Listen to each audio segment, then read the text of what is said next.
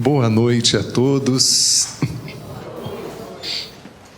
É uma alegria estar aqui com vocês pela terceira vez no MIEP e pela quarta vez na cidade de Campina Grande, agradecendo a toda a organização pelo convite, pela oportunidade de trabalho, de estreitamento de laços com aqueles que já conheço e pela possibilidade de criar novos vínculos com aqueles que não conheço.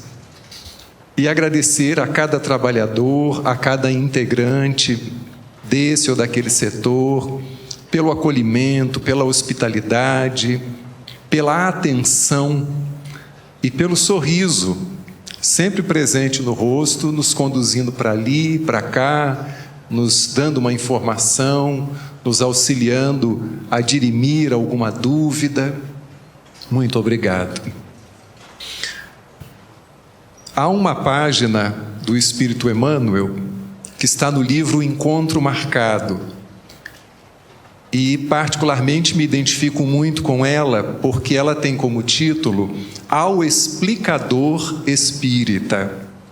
E é assim que venho até vocês, como um explicador, não um conferencista, não um orador, mas um explicador, que pela força do hábito e pelos anos de trabalho também no magistério, assim me considero alguém que explica, que muitas vezes procura facilitar e tenta não dificultar, não complicar.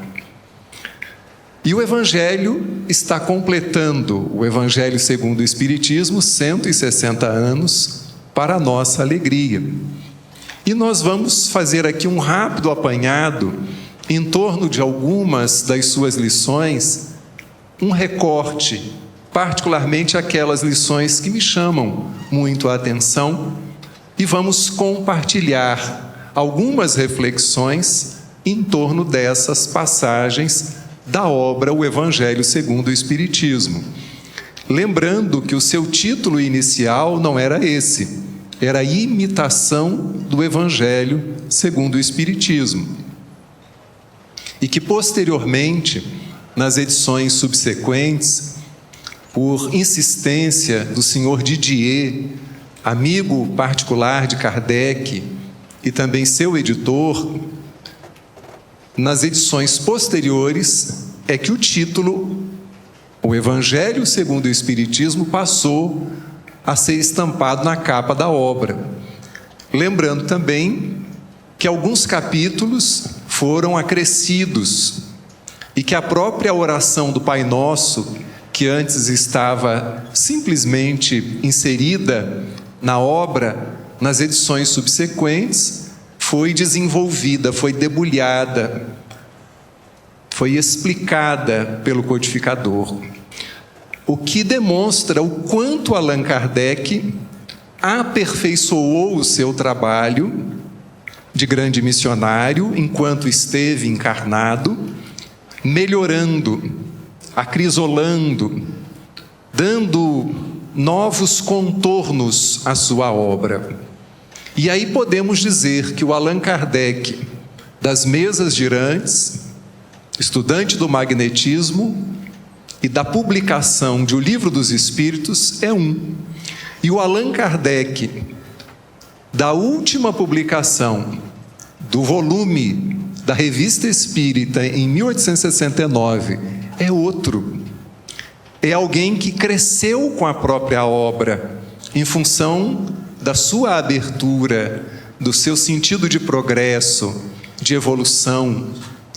E assim, penso, devamos todos nós nos colocar diante da obra kardeciana, como aqueles que, em fazendo novas leituras, em integrando grupos de estudo e de trabalho, sigamos nos aperfeiçoando, com este sentido de abertura, de evolução, de autoaperfeiçoamento, para que possamos efetivamente sermos os espíritas cristãos, consoante o que nos diz Allan Kardec no Livro dos Médiuns, no capítulo 3 do método, quando nos fala sobre os vários tipos de espíritas, começando lá pelos experimentadores, aqueles que valorizavam em excesso os fenômenos, a fenomenologia, sem entender que ela é um meio para que atinjamos um fim maior,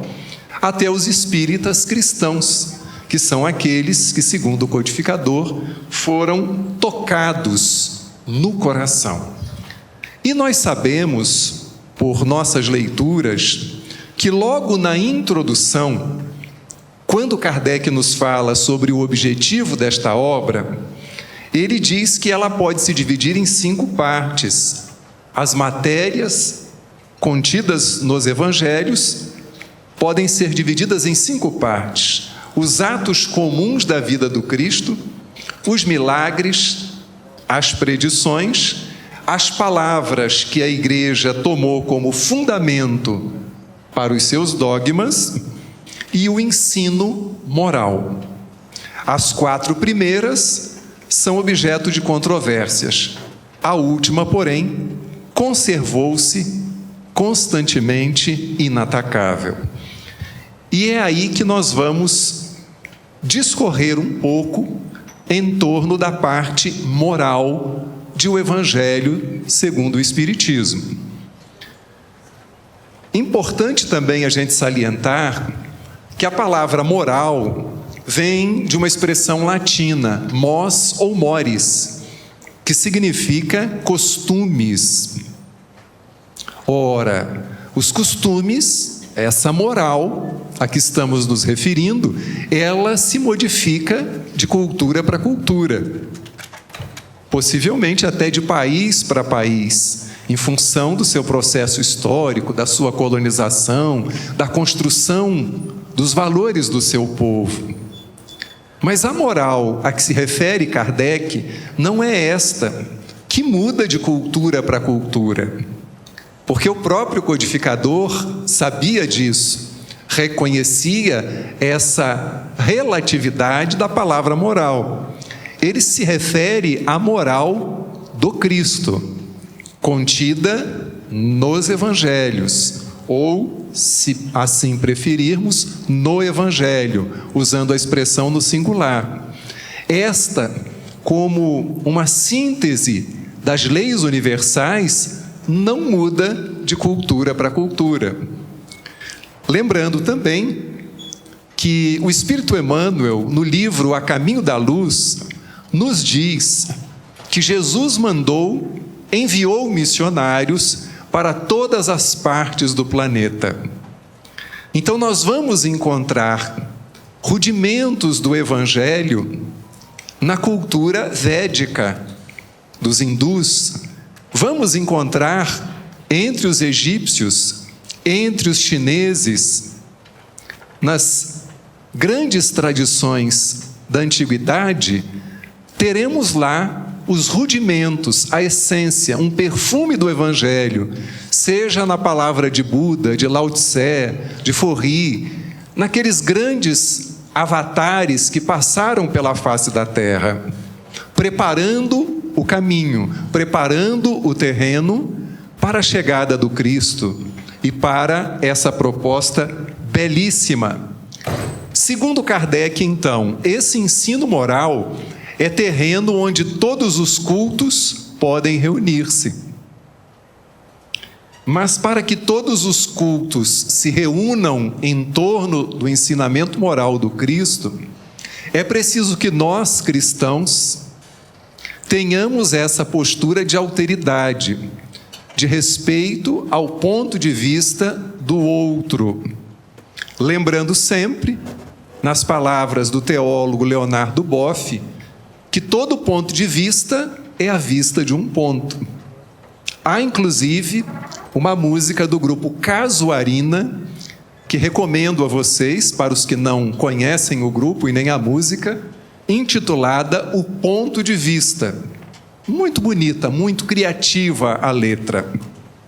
Se a nossa postura for sempre uma postura verticalizada, de quem olha para o outro religioso ou para o defensor do ateísmo, ou de qualquer outra expressão cultural, de cima para baixo, dificilmente nós lograremos nos encontrar, construir pontes.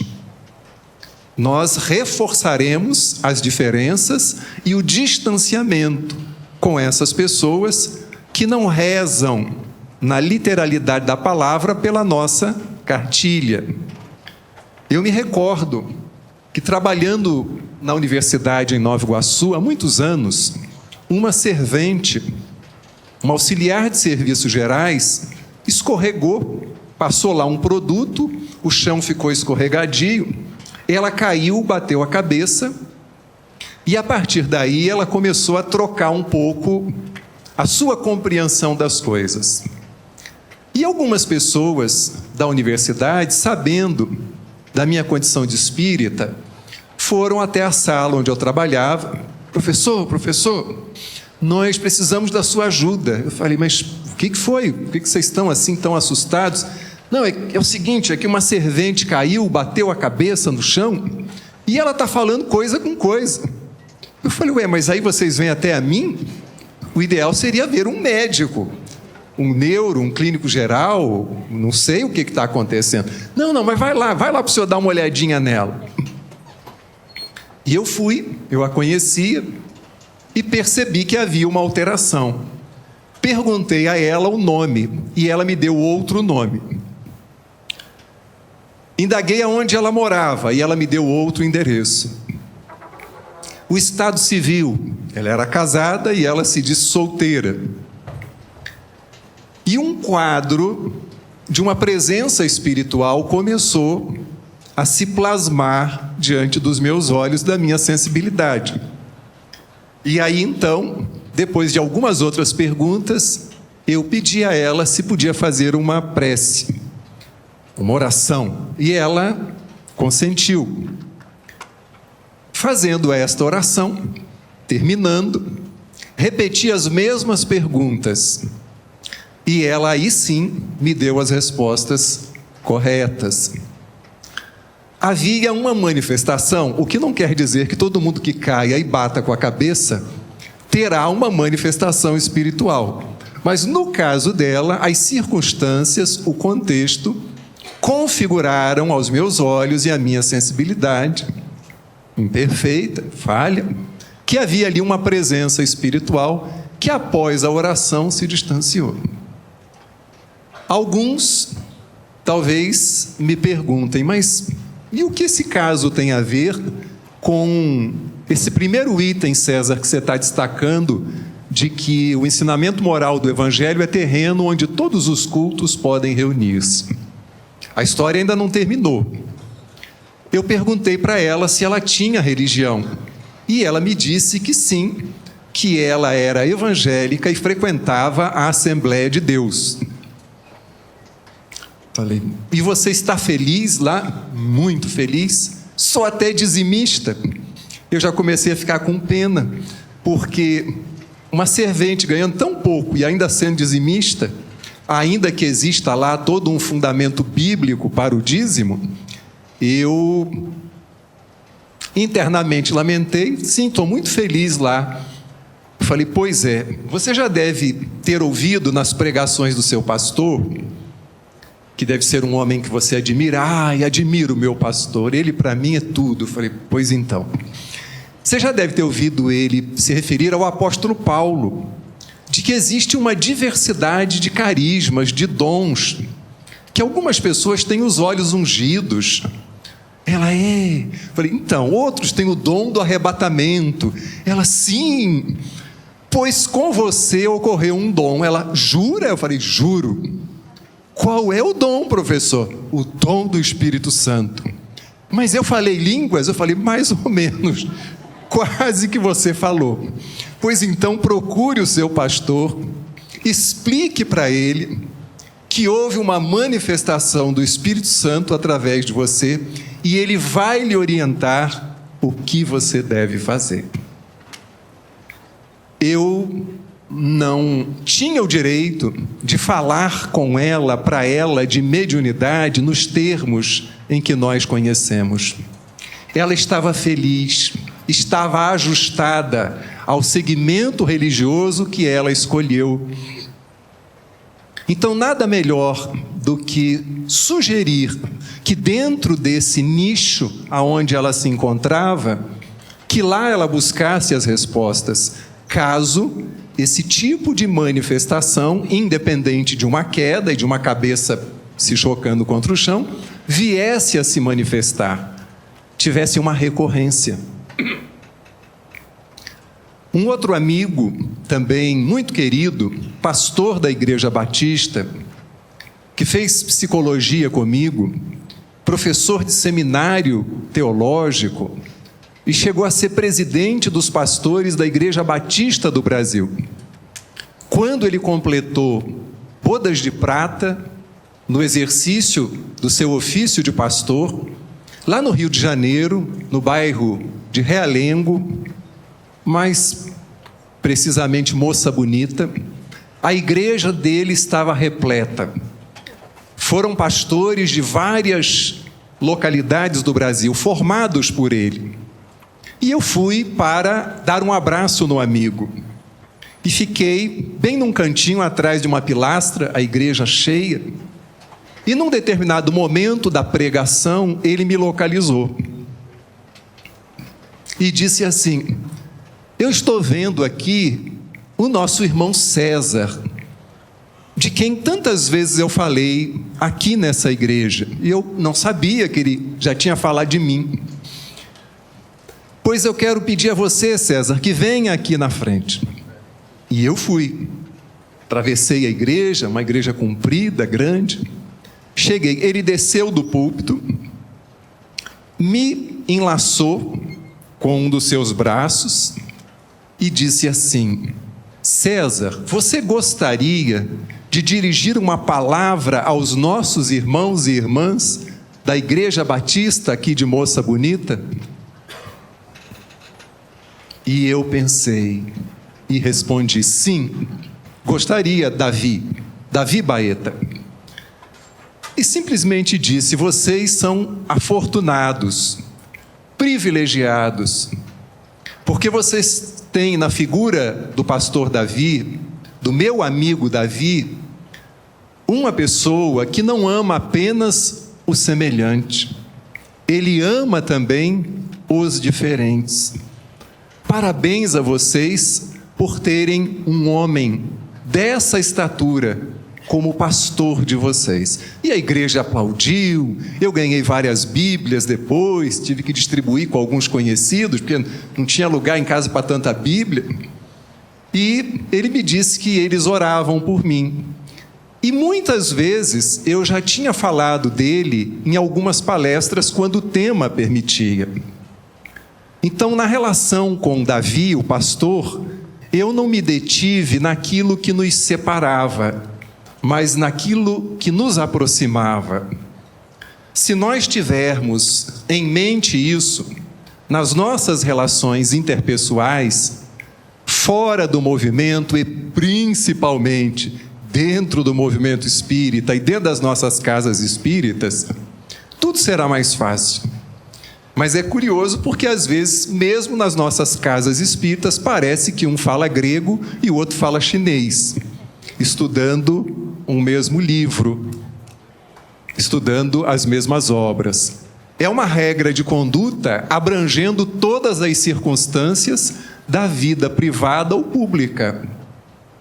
O Evangelho nos oferece diretrizes para toda e qualquer questão, qualquer dilema que estejamos vivenciando, na vida profissional, no casamento, na relação com os filhos, na nossa condição de cidadãos, perante as leis, algumas absurdas, outras sensatas.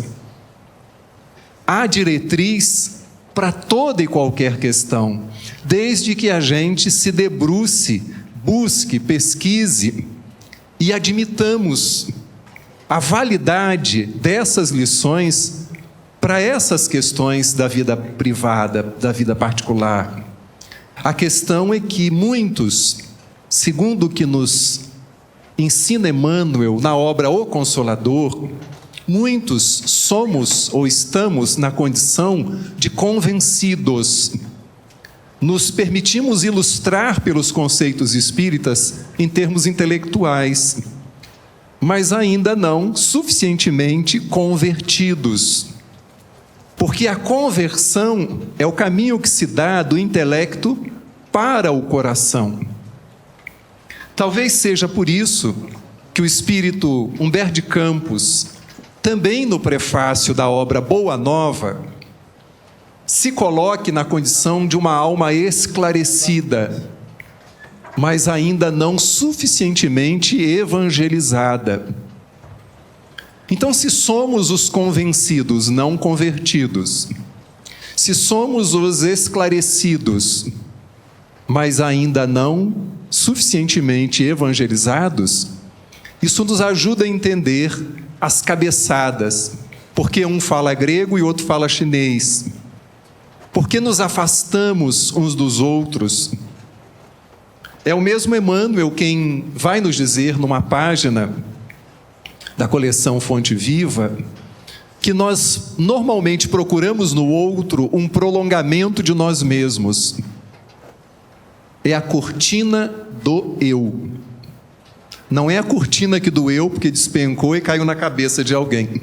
É a cortina do eu. Enquanto o outro diz amém, concorda, converge com todas as nossas propostas, nós nos amamos de paixão. Andamos de braços dados, nos visitamos, tomamos café, intercambiamos rios, mensagens pelo Instagram, mas a partir do momento que ele apresenta um ponto de vista que destoe do nosso, surge a cortina do eu. Então Emmanuel diz que nós não amamos o outro, nós amamos um prolongamento de nós mesmos no outro. Nós nos procuramos nos outros e não efetivamente procuramos os outros como eles são. O princípio de todas as relações sociais fundadas sobre a mais rigorosa justiça. Justiça, amor e caridade. Essa justiça não deve ser lida, interpretada de uma forma rasteira, nua e crua, como tantas vezes fazemos com a lei de causa e efeito, como se ela fosse uma lei de talião. Essa justiça é toda pautada, baseada no amor. Existem dispositivos, parágrafos, artigos, incisos na lei divina, todos envoltos no amor, que nós ignoramos. Os que viram recentemente o filme Os Mensageiros devem se recordar da cena em que o companheiro estava no processo de desencarnação, os laços sendo dissolvidos do espírito, perispírito em relação ao corpo, e uma criança ora.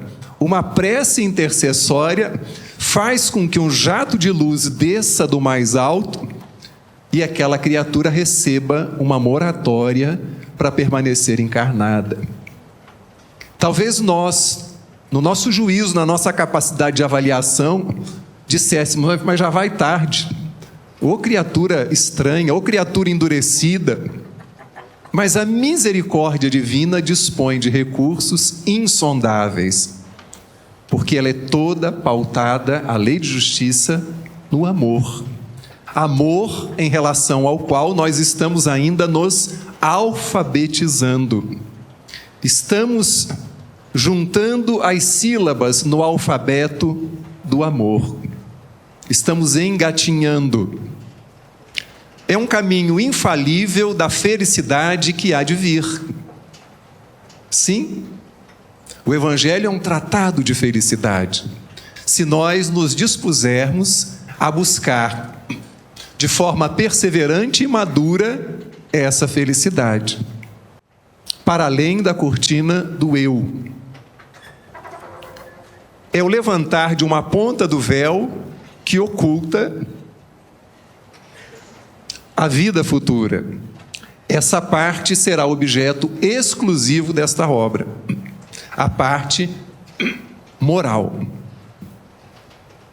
Ainda diz Kardec para nós: reunimos nessa obra os artigos que podem constituir, propriamente falando, um código de moral universal, sem distinção de culto. E será que nós somos aqueles que pensamos assim: nós já chegamos aqui, um dia eles vão chegar, um dia eles estarão onde nós estamos? Será que nós temos esse tipo de pensamento ou fazemos comentários dessa ordem? Os que amam seguem à frente daqueles que apenas sabem.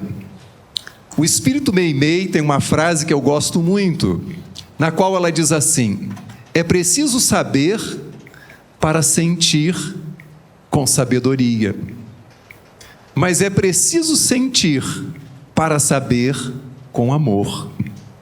Nós precisamos conjugar os dois verbos, o verbo saber e o verbo sentir, porque é na junção desses dois verbos que nós logramos alcançar o equilíbrio que precisamos para compreender com a razão e com o coração essa obra, o Evangelho segundo o Espiritismo. Então é um código de moral universal, sem distinção de culto, sem acepção de pessoas. São muitas as ovelhas. Emmanuel tem uma página no livro O Espírito da Verdade, que é uma obra que estuda o Evangelho segundo o Espiritismo, assim como Justiça Divina estuda o céu e o inferno, Religião dos Espíritos estuda o Livro dos Espíritos, que o título é Que Ovelha Somos? Porque decantar as qualidades do pastor, nós temos argumentos de sobra. Mas que tipo de ovelhas nós temos sido? Ovelhas rebeldes? Ovelhas impulsivas? Ovelhas maledicentes? Ovelhas cordatas? Conciliadoras? Operosas? Perseverantes ou dispersas? Que tipo de ovelha a gente tem sido? E há quem talvez responda: de ovelha não tem nada, eu sou lobo mesmo. Ok, então que tipo de lobo você tem sido? O lobo de Gúbio, que o pobrezinho de Assis amansou, conversou, compreendeu e percebeu que ele só tinha fome? Ou somos lobos uns dos outros? E aí nós partimos então para alguns trechos de O Evangelho segundo o Espiritismo. Nos sofrimentos que nos afligem, geralmente só vemos o mal presente e não as consequências favoráveis que eles podem trazer. Frequentemente a consequência de um mal passageiro é o bem, como a cura de um doente é o resultado dos meios dolorosos que se empregam para obtê-la. Claro que nenhum de nós gosta de sofrer. Quando Jesus diz que são bem-aventurados os que choram, não são ou não é qualquer tipo de choro. Se o meu choro é de revolta, que tipo de bem-aventurança eu encontrarei? Mas se é um choro de resignação, de paciência, se é um choro de quem sabe que tudo passa nessa vida, porque existe uma lei de impermanência que regula a nossa permanência aqui, aí sim, estaremos na condição de bem-aventurados.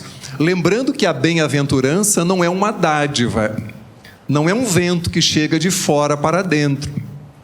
A bem-aventurança é uma condição que se forja, que se elabora de dentro para fora. Ela é fruto de um esforço, numa mudança da nossa lente, da nossa perspectiva, da nossa maneira de lidar conosco e de lidar com tudo o que nos cerca. Portanto, nós não somos aqueles que cultivamos o masoquismo. Não entendemos que mais sofrimento, quanto maior for a desgraça, mais cheio de graça a gente está se sentindo. É óbvio que não. mas a gente precisa tentar ressignificar essas provas e essas expiações que nos visitam.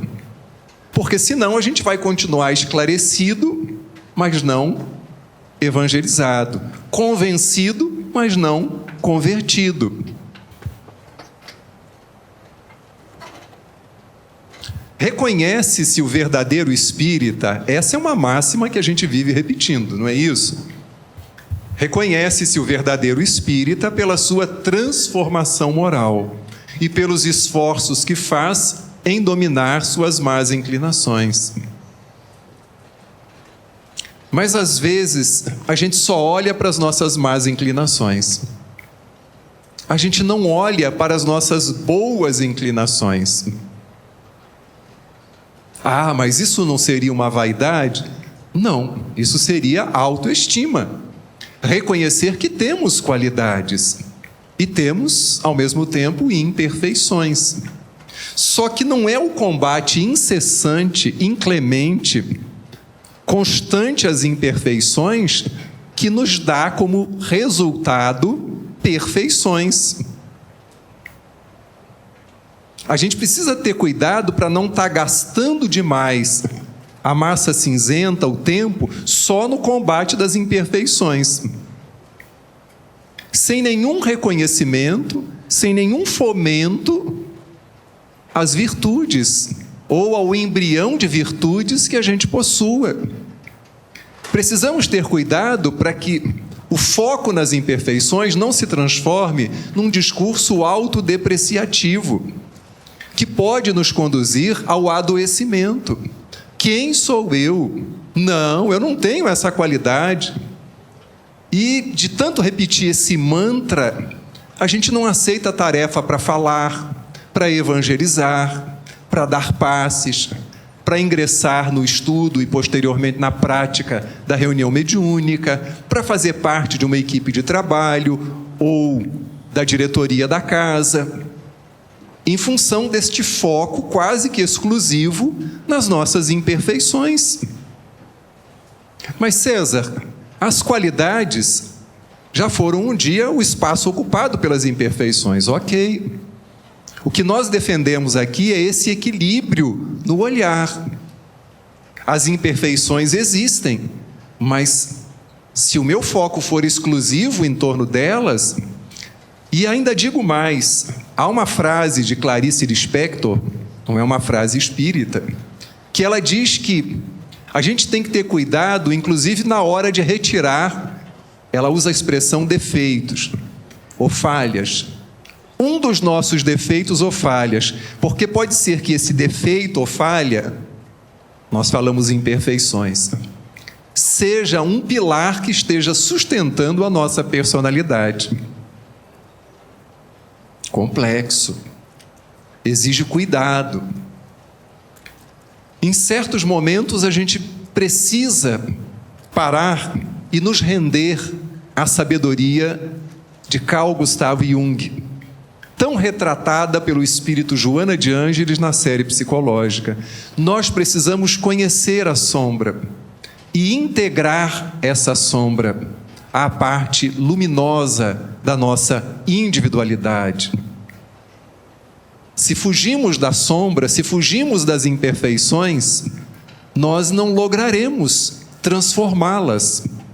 Nós ficaremos reféns desses processos inconscientes, porque na sombra está a nossa sexualidade reprimida, está a religiosidade recalcada, está uma certa agressividade que não foi educada, polida, direcionada, canalizada.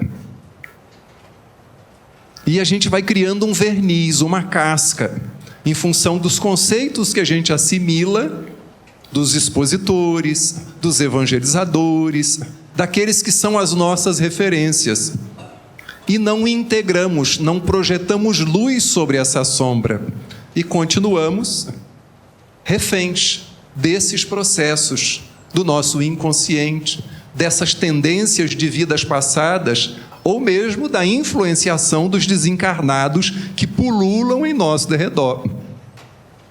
Enquanto os evangélicos encontraram um bode expiatório chamado Satanás, nós encontramos o obsessor. E o obsessor virou aquela criatura que é responsável por tudo que dá errado na nossa vida. Como se a gente não tivesse livre-arbítrio. Como se o tempo inteiro fôssemos um joguete dos espíritos inferiores ou dos bons espíritos que tentam nos conduzir pelos ásperos caminhos da vida. Então, o verdadeiro espírita, ele foi tocado no coração. Não há nenhum problema que tenhamos sido tocados no intelecto, na cognição, na razão. Só que é apenas meio caminho andado. É preciso que o toque se dê aqui, no coração, para que haja afabilidade e doçura. Porque tem espírita que adora dar kardecada nos outros, né? Chico tomou surra de Bíblia. Tem espírita que gosta de bater no outro ou na outra com as obras básicas, como se fôssemos um exemplo de retidão, de conhecimento e de conduta o tempo inteiro. Portanto, não se deve tomar, outra passagem, que está lá no capítulo 10. No sentido absoluto, esse princípio, não julgueis, se não quiserdes ser julgados. Jesus não podia proibir que se censurasse o mal, porquanto ele mesmo nos deu o exemplo. Está no capítulo 13, fora da caridade não há salvação. E aí, sobre o julgamento, eu quero trazer aqui um olhar. Emmanuel vai dizer que há uma diferença entre julgar e discernir. Ele nos fala isso no livro O Consolador. Discernir, a gente tem que discernir o tempo inteiro. A verdade da mentira, os preços da cesta básica, as contas que nos chegam, comparando com a receita, tudo isso a gente tem que ter discernimento. Essa pessoa diz que me ama e me trai, e me bate e me fere. Peraí, que amor é esse? Discernimento. E está me vindo uma ideia fantástica na cabeça. Botar elevador nas casas espíritas que tem 2, 3 andares. Vamos usar o discernimento. E julgar o tempo inteiro, cá entre nós, que ninguém nos ouça. Só aqui, nessa conversa intimista no MIEP. Gente, cansa. O tempo inteiro ficar julgando, aprovando, desaprovando, condenando, absolvendo, isso cansa. E neste cansaço, a gente adoece. Eu ousaria dizer que Jesus quis dizer, não julgueis para não ser julgados o tempo inteiro. Porque a gente julga a comida que come, o preço que nós pagamos no restaurante, julgamos os políticos que deveriam nos representar, julgamos o expositor, o escritor, o dirigente espírita, julgamos, exprimimos juízos. Quando que nós vamos começar a contemplar um pouco mais e a silenciar um pouco mais aqui a nossa cabeça? Não é viver uma vida contemplativa, não é nos refugiarmos dentro de uma bolha de alienação e numa postura crítica. Não é isso. Mas alguém, será que diante de um pôr do sol diz assim, mas esse pôr do sol está um tanto quanto alaranjado, ele deveria estar mais avermelhado. Mas ele está muito do lado esquerdo da montanha, ele podia estar mais no topo da montanha. Aí vira chatice. A pessoa não contempla, não aspira o perfume de uma flor, não observa uma borboleta, não para ouvir o canto de um pássaro, a musicalidade de um córrego, o estrondo de uma cachoeira, a sinfonia e o balé das ondas do mar, numa praia que nos encante, a beleza de uma noite estrelada, a magia de uma noite de luar. Isso é contemplação. Isso nutre a alma e nos enriquece de docilidade, de afabilidade, de doçura. E não será disso que nós nos encontramos mais carentes? Quantos conteúdos espíritas se encontram hoje nos mais diferentes canais do YouTube? Quantas lives? E tudo isso é maravilhoso. Mas será que nos falta conteúdo? Ou o que nos falta nesse momento é um pouco mais de sensibilidade, de contemplação, de silêncio interior, de quietude para apreciar o belo e permitir que esse belo também norteie os nossos passos, porque só pensar, só raciocinar, cansa. E nos faz estar naquela roda do hamster, repetitiva. Então me parece que a gente precisa de vinho novo, mas ainda somos odres, velhos, caranchudos. A gente precisa de novos olhares. E a literatura espírita, e particularmente o Evangelho, é rico de novos olhares. Mas para que eu tenha novos olhares, eu preciso de novos sentimentos, porque a conexão é fina. Novos sentimentos. Por isso que o Evangelho é um jargão, todo mundo repete, e eu não vou fugir à regra, precisa ser conhecido, meditado, sentido e vivido. Olha que coisa, apenas uma palavra está ligada a conhecimento, conhecido. Depois entra meditado, sentido e vivido. São conhecimentos de outra ordem. O meditado, o sentido e o vivido. Mas a gente ainda bate na tecla do conhecido. E depois a gente se pergunta, por que as casas espíritas estão vazias? Por que o povo não voltou da pandemia? Além de toda aquela polarização que dividiu o nosso movimento. Porque nós não nos detivemos naquilo que nos aproxima, nós nos detivemos naquilo que nos distanciou. E parece que aquilo que nos distanciou se tornou algo maior do que aquilo que nos aproximava. E o que nos aproximava, ou deveria nos aproximar? O Evangelho de Jesus. E se deixou de nos aproximar, que cada qual se pergunte por que isso ocorreu. A expiação serve sempre de prova, mas a prova nem sempre é uma expiação. Lá no livro Os Mensageiros, o Aniceto, num determinado momento, diz que nós temos essa tendência de interpretar prova como punição. Prova não é punição, é um recurso que o mundo espiritual, que as leis divinas se utilizam para nos despertar, para nos fazer crescer, evoluir. Não é o único recurso, mas é um dos recursos. Expiação, nós sabemos que é o resgate, mas a palavra expiação nos remete à reconciliação.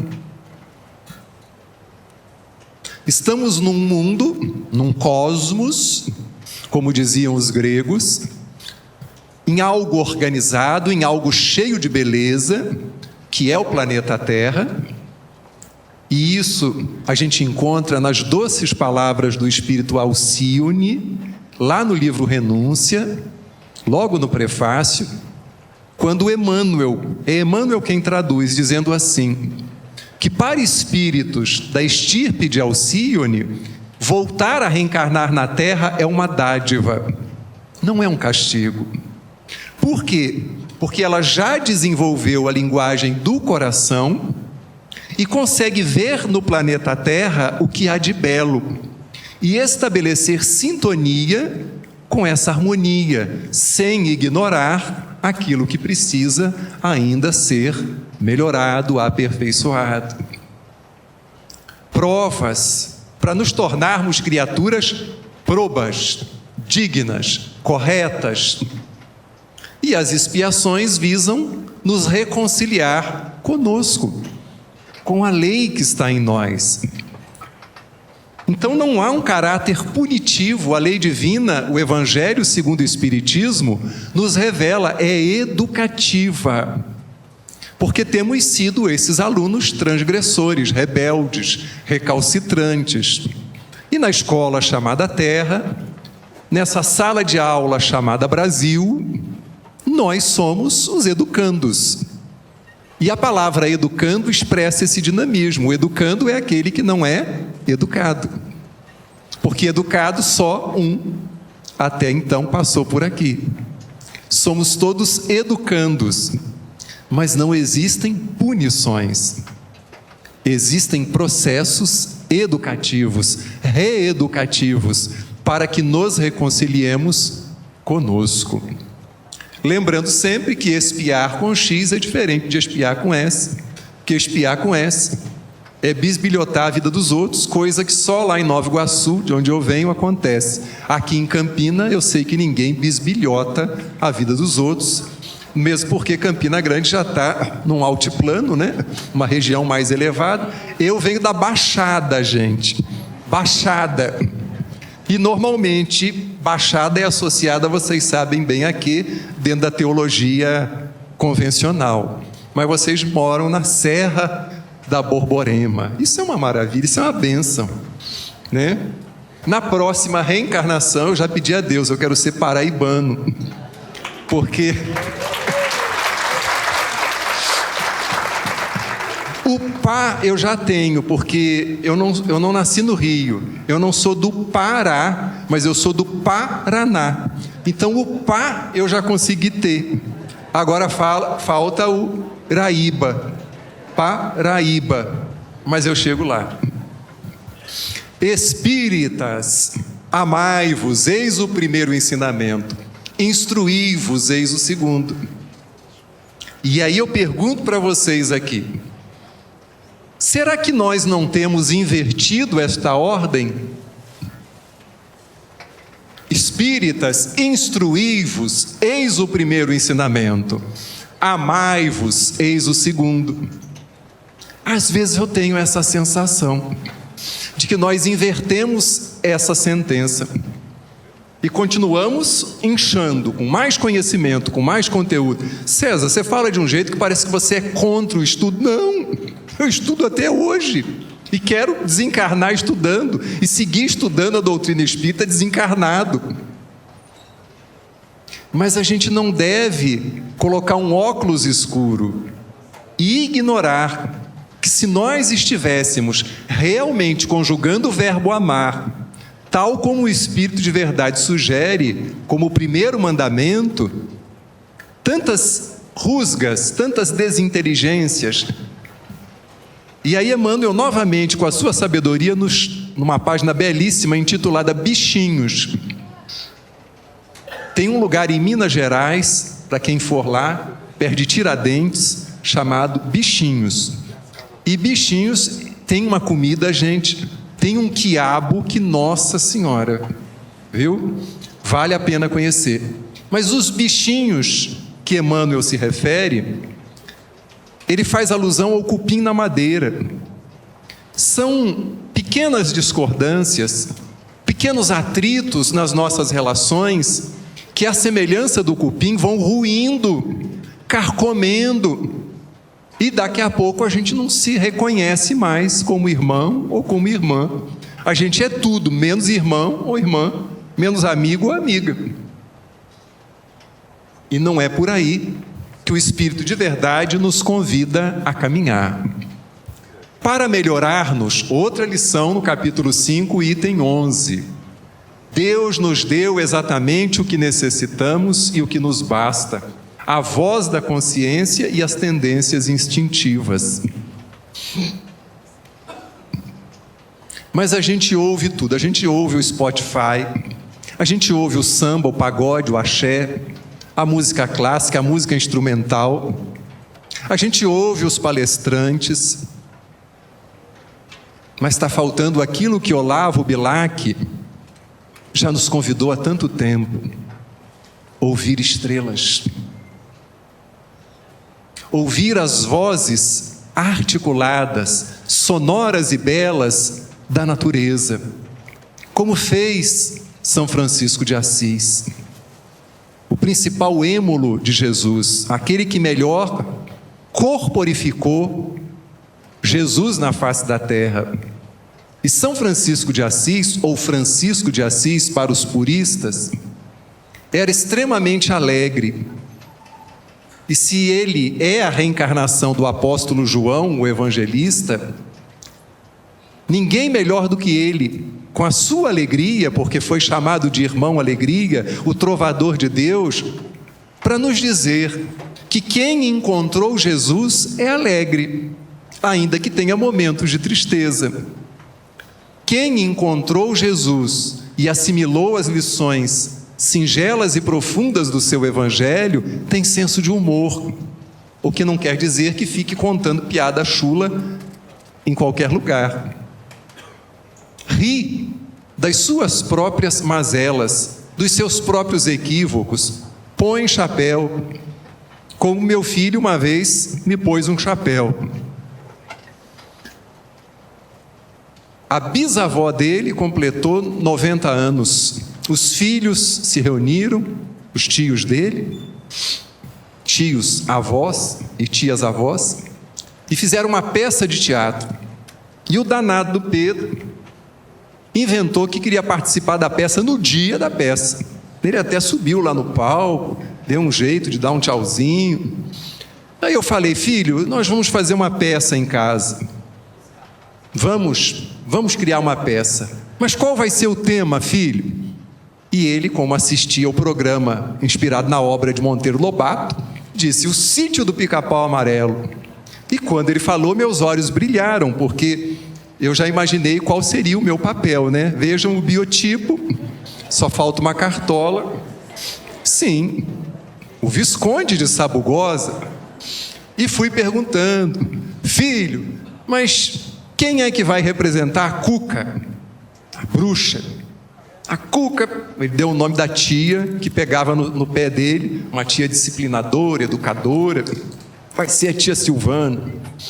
Filho, quem vai ser o Quindim, o professor de inglês, o rinoceronte? Ah, vai ser a outra tia que dava aula de inglês. Eu só fui aguardando para fazer aquela pergunta: quem vai ser a dona Benta? Ah, vai ser a vovó, porque a vovó conta muitas histórias. Ótimo. Filho, quem vai ser o Visconde? E ele me olhou e respondeu: vai ser o vovô. O vovô? Como o vovô? Porque o vovô gosta de ler. Filho, e o papai? E o papai, filho? Papai vai ser o burro falante. E ele me descreveu. Sim, eu quase entrei em depressão. Eu tive que me lembrar que ele gostava muito do bonequinho de miniatura do burro falante, e que o burro falante era uma metáfora do Monteiro Lobato para dizer que ninguém é burro, graças a Deus. Mas ouvir a voz da consciência,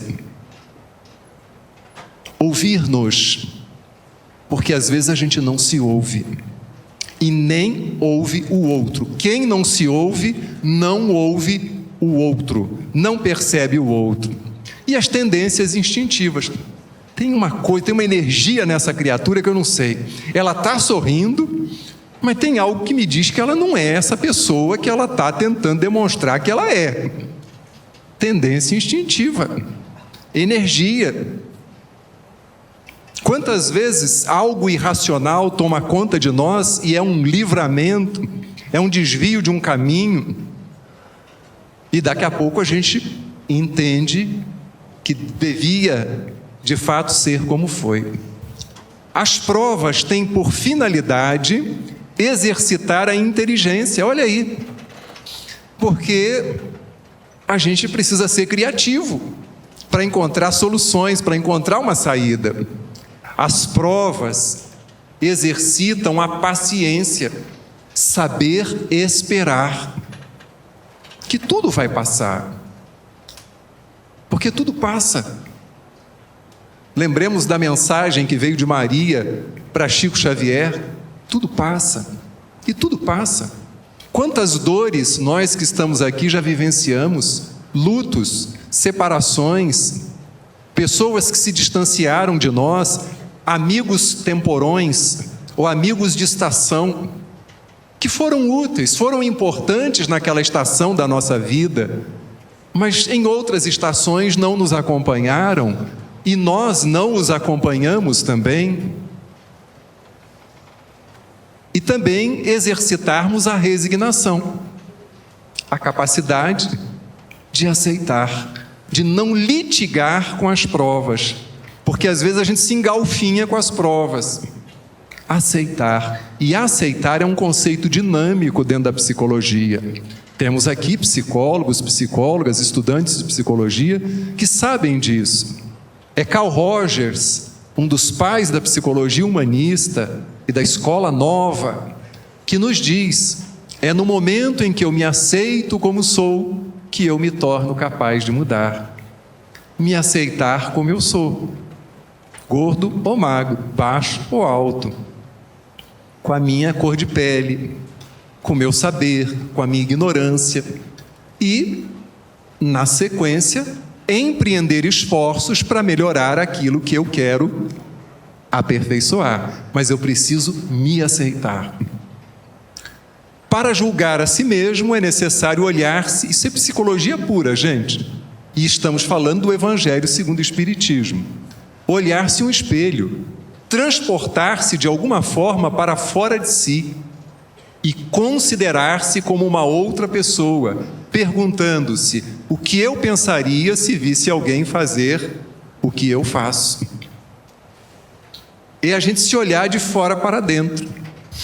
Ou imaginemos que está passando um filme da nossa vida e nós estamos ali sentados no sofá, vendo esse filme, acompanhando a sucessão dos acontecimentos. Que tipo de julgamento ou de discernimento nós temos em relação a esses episódios da nossa vida ou aquele fato que é objeto muito específico da nossa reflexão? É o exercício da questão 919 do autoconhecimento. Estamos quase terminando. Obstáculos ao progresso da humanidade. E isso se encontra lá no capítulo 19, item 2. A fé transporta montanhas. Os preconceitos da rotina. Quais são os nossos preconceitos? Talvez aqueles mais ostensivos e visíveis, a gente já tenha dado ou uma camuflada ou uma limada. Mas à semelhança das folhas, das camadas da cebola, existem preconceitos que talvez a gente não tenha nem acessado. As circunstâncias vão desvelar esses preconceitos. O interesse material. Então eu me aproximo de alguém pensando nos benefícios que eu posso obter nessa relação. Lembremos do filme do médium que cobrava. Não estava dando de graça, o filme Os Mensageiros. Não estava dando de graça o que recebeu de graça. Nos casamos e nos envolvemos com alguém priorizando o aspecto físico, em detrimento da beleza interna. Quem não se lembra de Khalil Gibran, o poeta, pintor, escritor libanês, quando nos fala que a beleza se encontrou com a fealdade? Ele não usa feiura, fealdade. E tomaram banho nas águas de um rio, completamente nuas. E aí não se sabe por que a fealdade voltou para a margem e vestiu as roupas da beleza.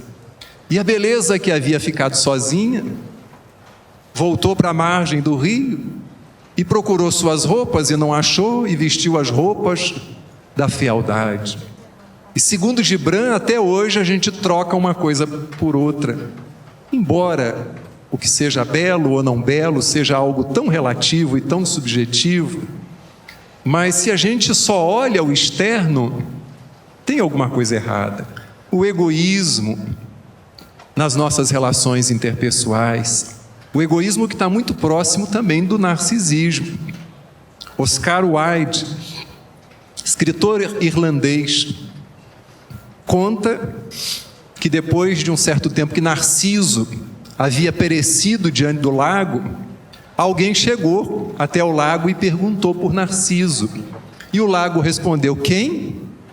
Narciso, um jovem que aqui se fixou, olhando a própria imagem. Ele: não me lembro, só me lembro que eu me via nos olhos de alguém que estava parado aqui e eu pensava: como eu sou um lago bonito. Cada qual com seu narcisismo. A cegueira do fanatismo. Será que existe espírita fanático, gente? Mas a fé não é raciocinada? Mas pode ter. Pode ter fanático pela política, pode ter fanático no campo da sexualidade, pode ter fanático no campo do poder. O fanatismo está espalhado por aí. Agora, é importante que a gente se pergunte sobre o nosso grau de fanatismo, se ele existe. E as paixões orgulhosas? Vamos lá no Livro dos Espíritos estudar as paixões, que são como um corcel, que precisam ser domadas. E as paixões nos levam a grandes realizações, mas existem as paixões orgulhosas. A felicidade não é deste mundo. François, Nicolas, Madeleine, Cardeal Morlot. Mas tem uma outra frase, olha aqui. Espera e ora, a felicidade não é ainda deste mundo. Gente, qual das duas é mais confortadora? Essa ou essa? Eu prefiro essa. Não é ainda. Não é ainda deste mundo interno que nós precisamos transformar. Não é ainda dessas lentes que se fixam exclusivamente nas imperfeições, minhas pessoais e nas alheias, nos senões da casa e do movimento espírita, sem olhar o quanto o movimento também já avançou e o quanto aquela casa faz o que consegue, faz o que pode, e aquela criatura se esforça tanto quanto lhe é permitida a sua consciência. Então não é ainda, mas é perfeitamente possível que ela se instale. Mas instantes de felicidade todos nós temos no grande varejo da vida. Mas a gente quer a felicidade por atacado. A gente quer o pacote completo. Por isso somos eternos insatisfeitos. E a gente vai ficando por aqui com essa frase, tema desse 51º MIEP: Senhor, que queres que eu faça? E aí me permitam, brincando um pouco com a frase, de forma respeitosa: Senhor, que queres que eu me faça? Claro que Ele quer que eu ame o meu próximo, mas a condição para amar ao próximo é que eu me ame, que eu me queira, que eu seja uma boa companhia para mim mesmo, que eu desenvolva a minha solitude, que eu aprenda a sair comigo mesmo para passear, que eu goste da minha voz, que ela seja música para os meus ouvidos, que eu curta estar em minha própria companhia, vivendo aquilo que é possível viver em minha própria companhia, e dentro do possível buscando companhias que me acrescentem, mas que não me sequestrem não me roubem de mim mesmo. Nietzsche tinha uma frase, tem uma frase, pelo menos é atribuída a ele, que me chama muito a atenção. Odeio quem me rouba a solidão e não me faz companhia. Vivemos tempos de monólogos paralelos e de pouco diálogo. O Evangelho, segundo o Espiritismo, dialoga com a nossa alma, dialoga com a consciência cósmica que somos e nos convida, a cada página, a cada trecho, a estreitarmos esses laços conosco, para que os nossos vínculos com os demais, eles possam ser plenos, ricos, harmônicos.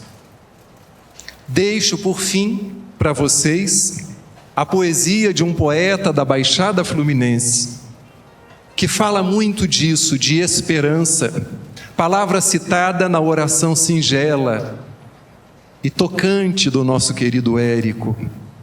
Ele é chamado de o poeta do otimismo lá na Baixada Fluminense. Versos em reconstrução. Todo mundo lá no fundo tem reserva de coragem. Corre, busca Deus depressa, é a reserva deste mundo. Oi, você que anda triste, cansado da vida e que acha cumprida esta vida sem graça.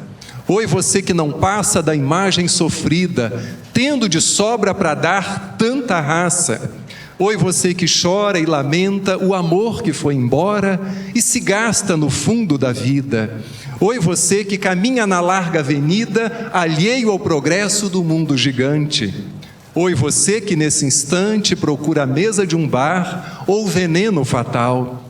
Oi, você que cansou de esperar, desperta afinal, pois a festa há de vir.